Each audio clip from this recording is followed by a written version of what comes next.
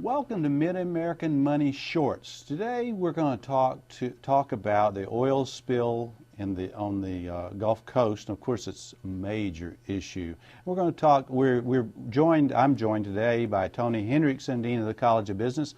Also joined by Steve Kuhl, who's head of global banking at First National Bank of Omaha, the largest privately held bank in the U.S. So okay, Tony, what's this oil spill doing to the economy? Well, it's not helping things, and I'm not a petroleum engineer, know nothing about the technology involved, Mm-hmm. but from the political policy, I think the thing that is a little bit discouraging is a couple things. One, that there seems to be this need for lots more regulation, and I'm not sure that more regulation. So that's a negative for the stock market, right? Yeah, there. I don't think that more regulation necessarily would have solved this issue. I think that they avoided some regulations that were there, and there's some other issues. So I'm not sure that just simply saying let's have more government oversight is going to be a panacea. What's it going to do to the price of oil? Well, I think it's going to drive the price of oil up long term eventually.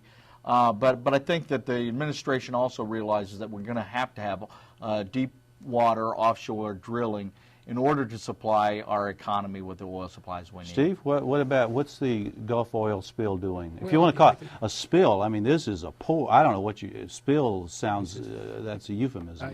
Given the scale and the breadth of what's occurring down there, I think it kind of leaves that lasting imprint on our collective, psyches. So it makes it much more pessimistic and slows the economy down. Just your consumers don't want to spend as much. You're like, well, maybe I shouldn't be spending on that new TV or that new monitor. I concur, and there's something just very, very tangible about seeing, that the oil and the breadth of that spill right smack dab in the Gulf. Yeah, and I think, as Tony says, I think long term we're probably talking about higher oil prices, but right in this window, you believe oil prices are coming down because of the strength of the dollar. So oil is, even we've got this spill or whatever you wish to call this disaster, oil prices are coming down, and that's you're seeing that. Right? I think the biggest issue in the economy is what's the political impact of the policy here. Okay, policy changes. Policy changes and how the administration responds. The current administration was very critical of the Bush administration and their handling of Katrina. And oddly enough, this is in the same geographic area, and they've become under fire quite a bit for their handling. I was very surprised to see the president actually publicly state from the very beginning that the administration and the U.S. government was fully in charge of this situation. And responsible from day one. Responsible for making it go right. Right.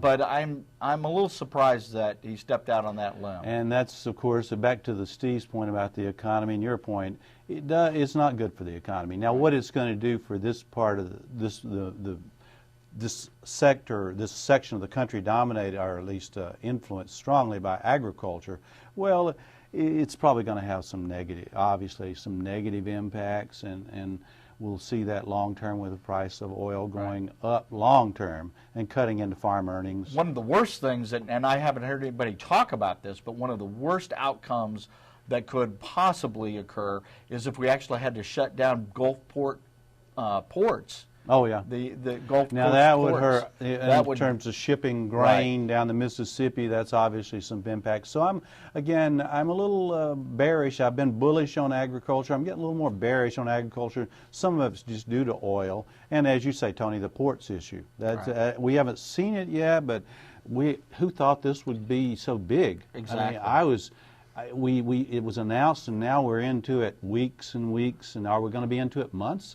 How does this influence the stock market? And Steve, your point about the LIBOR rate, that's a good measure of how it's, some of the impacts maybe in the LIBOR, London Interbank Offer Rate? Yeah, I think all of that just exacerbates. It's that animal spirit, and this is one more very, very kind of adverse impression that and the VIX, the volatility index goes up because of it. So all that risk. Well, thanks, Steve. Thanks, Steve Kuhl, head of global banking with First National Bank of Omaha, for joining us today.